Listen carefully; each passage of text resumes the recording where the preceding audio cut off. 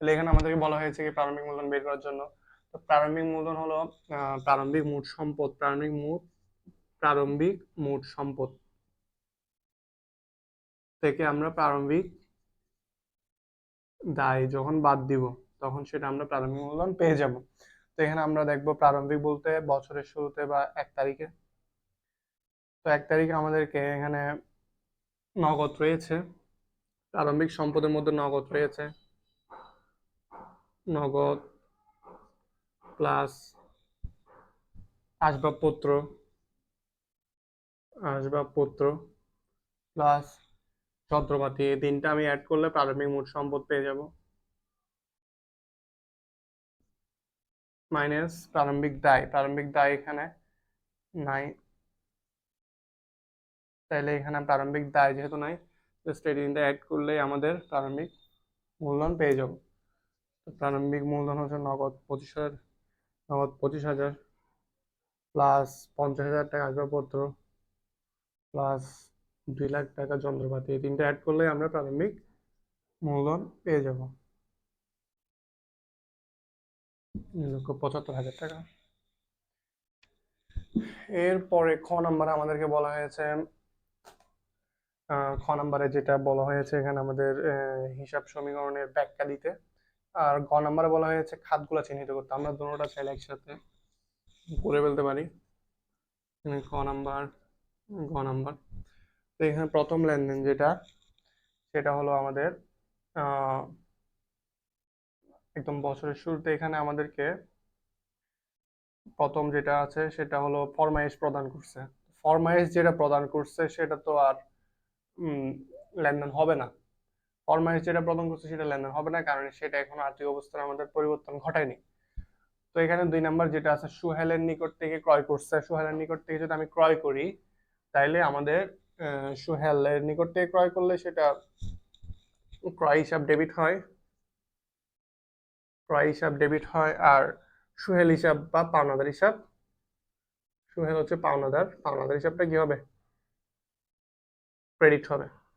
আমরা গ নাম্বারের দিকে, তাহলে এখানে আমাদের সেটা লেনদেন তো হবেই, তাহলে সেটা লেনদেন প্লাস এখানে আমাদের আর্থিক অবস্থা কিভাবে পরিবর্তন আছে, ক্রয় করলে আমাদের খরচ বৃদ্ধি পায়, খরচ বৃদ্ধি পাইলে তাহলে আমাদের ওই মালিকানা সত্ত্ব বৃদ্ধি পাবে, হ্রাস পাবে, সরি, ওই মালিকানা সত্ত্ব হ্রাস পাবে।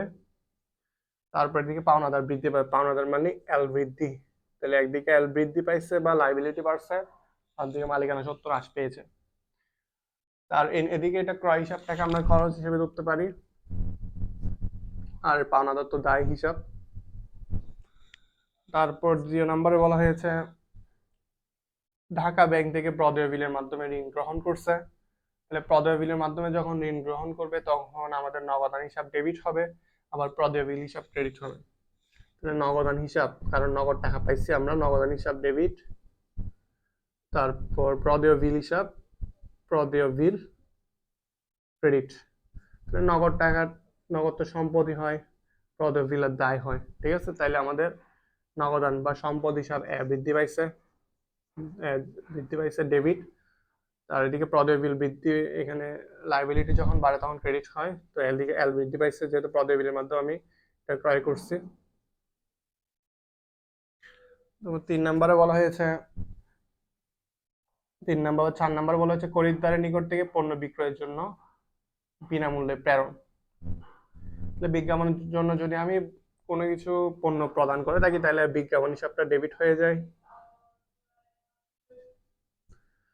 ক্রয় হিসাবটা ক্রেডিট হয়ে যায়।